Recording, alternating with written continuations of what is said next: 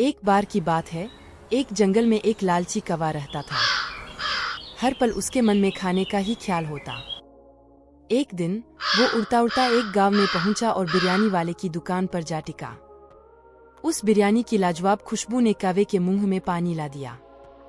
उसने बिरयानी वाले से बड़े बर्तन वाली पूरी बिरयानी मांगी। बिरयानी वाले को देखकर हंसी छूट गई। उसने कहा, अब बेवकूफ कौवे, इतनी बिरयानी तो तुम्हारे शरीर से भी बड़ी है। लेकिन कौवा अपनी हट पर अड़ा रहा।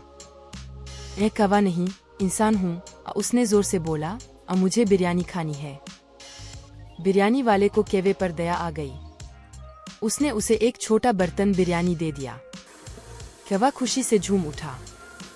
एक ही झपट में उसने सारी बिरयानी गटक ली। मगर उसकी भूख अभी मिट नहीं पाई थी। लालच की आग बुझने की बजाय और भड़क उठी।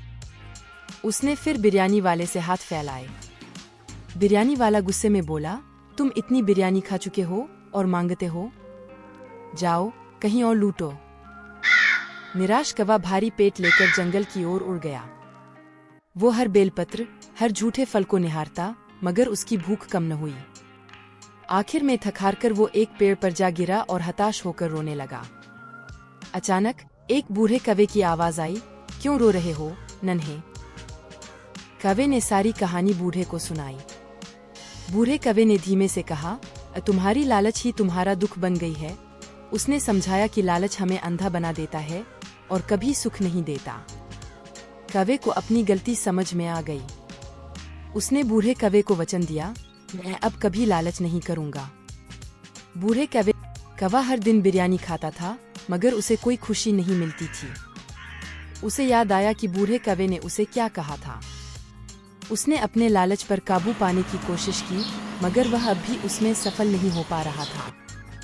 एक दिन कौवा उसी झाड़ी के नीचे बैठा था, जहां से उसने बिरयानी वाले के बारे में जाने के लिए लालच किया था। तभी उसे वही बूढ़ा कौवा दिखाई दिया।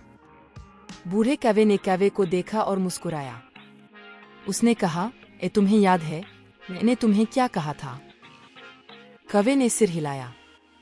बूढ़े कौवे ने कहा, तुमने मेरा कहना नहीं माना और अब तुम्हारा जीवन कैद में बिरयानी खाते हुए बीत रहा है।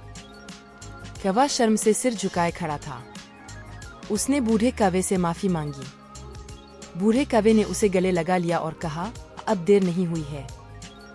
तुम अभी भी अपने लालच पर काबू पा सकते हो। कौवे ने बूढ़े कौवे की बात मान ली। उसने फिर से बूढ़े कौवे से प्रशिक्षण लिया। इस बार वह अपने लालच पर काबू पाने में सफल रहा। कुछ समय बाद कौवा बूढ़े कौवे के साथ जंगल में रहने लगा। वह अब भी बिरयानी खाता था, लेकिन वह अब लालच से नहीं खाता था। वह अपने भोजन का आभार मानता था और उसे खुशी मिलती थी। कौवा अब एक बुद्धिमान और समझदार कौवा बन गया था।